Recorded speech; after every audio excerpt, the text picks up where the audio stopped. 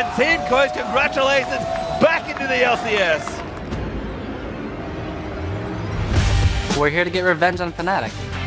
It's not gonna be the same, it's gonna be kinda about luck. It's up to us to represent NA, so it's a huge thing. I like the pressure and I like having like a lot of eyes on you. I just want to have a fun time, really. Now LCS is starting and my life can get back in action. I'm really looking forward to requalifying. I think that we're going to perform really well. We're a new team and we're a new organization also. I think it's going to be a really big upset. Well, we definitely have way more experience. I think we'll only get stronger though. Since we have a no pressure situation and they have everything to lose, they're going to be surprised. I can expect some crazy stuff, but I think we'll be able to handle it. It would be great to qualify in the LCS and live the dream.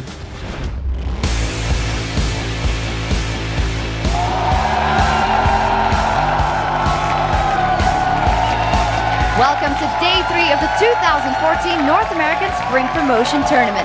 We're coming to you live from Los Angeles in front of this amazing audience at our new LCS studio.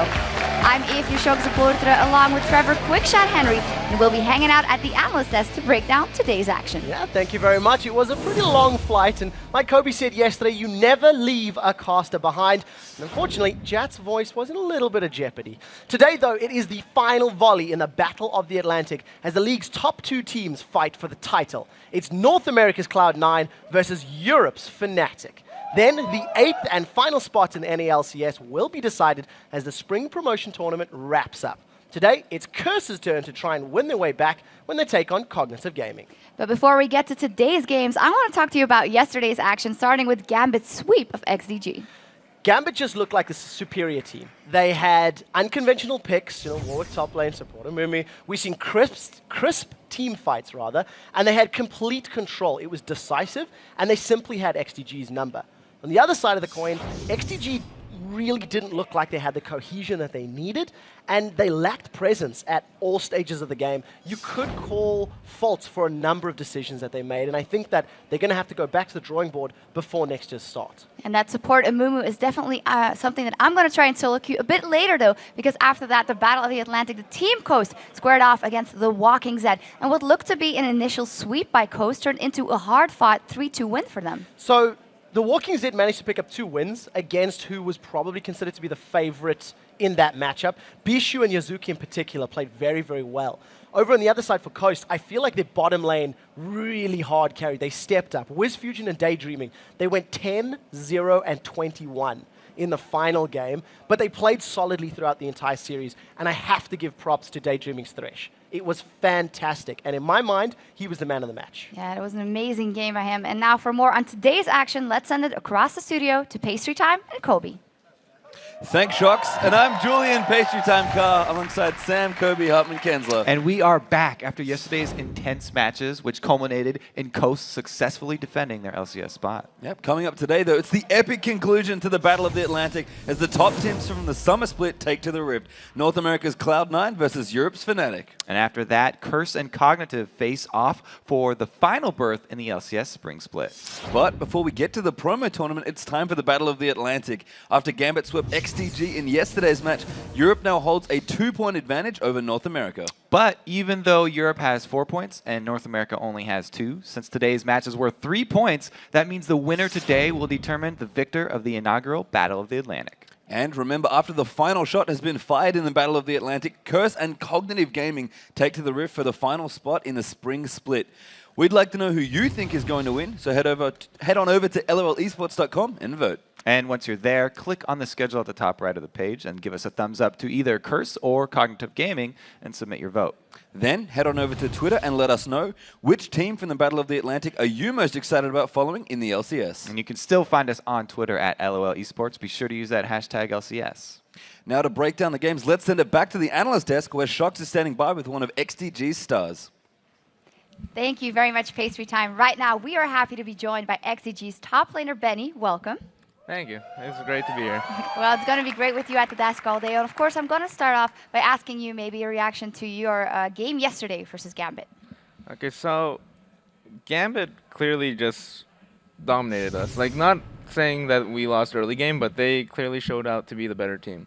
And they overall they had like better synergy. Like their team fights are really what, like, that's pretty much why we lost. Like they out team fought us like crazy. How do you fix that? How do you come back? How do you bounce back from that loss and say, well, next time we can potentially beat them? Because from Worlds to now, it's been a similar sort of recipe. Well, like the first thing we have to do is find out why we lost. Like, and to do that, we analyze the replay, see what different roles could have done differently. Like, say, for my top lane on the second game, I let Warwick freeze the lane when I should have just went to push. Like, that's just in retrospect, just like thinking about it afterwards, and just I guess that's just what we have to do. Like, take each step little by little. Like, it is a growing process. Like, we are tired of losing to Gambit. Like, even though we could have won like at least 2 games, I think we could have gone 2-2 with them. But we're definitely not tired of learning from our mistakes. Like, and that being said, we just watch our replays and learn from it. Yeah, but don't worry, nothing is lost for North America yet. As today, we're going to see Fnatic go up against Cloud9, and especially the top lane matchup is something that you were wondering about. Yeah, I've got some questions about this. As a top laner yourself, talk to me and compare and contrast the top laners in this matchup between Cloud9's Balls and Fnatic's Soaz. We're in 3.14, the Bruiser meta. What's your take on the players, the matchup? Who's going to have the advantage? Okay, so I feel like Balls and Soaz, they're known to be very versatile players, and they're known to have their own champions. Well, Balls more so than Soaz. Soaz is known for being able to play every champion well, like not having a particular main, whereas Balls, he's an all-around solid player, and his Rumble is really solid. Like, everyone knew his Rumble was his best champion. That's why he's banned out so much in the first season. And this being said, like, the meta being shifted more towards the tank meta, I feel like it's a little more on Soaz's edge, just because, for example, in group stages, when we were against them, he played Zac and Yorick, and they're really tanky champions in general. And Balls still, like, I think his last showing, he played, like, Rumble still. Which, I'm not saying anything bad about it. He's a spectacular Rumble. But just this being said, I feel like Soaz is a little more comfortable in the tanky meta. But, I mean, not to talk down on Balls, he's a solid player and he could pick it up easily. Generally, if you think more for the entire game, what do you think is the main thing that Cloud9 has to do differently to beat Fnatic this time around? It's hard to say because Fnatic is such a versatile team in general, and they, like, say during Worlds they ran double TP, and then like Royal was the team that knew how to stop it by like banning out those particular champions like Castan and Lissandra. And I don't remember the last tournament that Fnatic's played in, and it's just over this break where we haven't seen them, like Cloud9 hasn't been able to research as much on Fnatic, that you can probably just expect anything from them. Yeah, Fnatic, they did play at IEM Cologne. They beat CLG. They lost to Gambit. They got smashed by Gambit, I believe was your wording last weekend. And Fnatic, they're still learning with Reckless. We heard in the pre-match interview, Peke was saying, look, Reckless is strong, Reckless is good, but we're still going to learn, we're still going to adapt, and we'll see whether or not they've scrimmed enough leading into this to take home some European pride. Absolutely. Trevor, who are you calling it for? Europe or North America? So I actually think Cloud9 wants this a little bit more. And for this series, I think Cloud9's had 2 international losses. That's going to get them, biting and burning. And I'm calling it 2-1 to Cloud9. What a crowd pleaser. What about you, Benny? Oh, I was actually surprised by your predictions. Seeing that I'm the only NA person at this desk right now, I was going to say I will really, really want Cloud9 to win, although I might have to go with my gut and say Fnatic's going to win. So we're both traitors. We both we're traitors. I'm going to finalize it and go for Fnatic.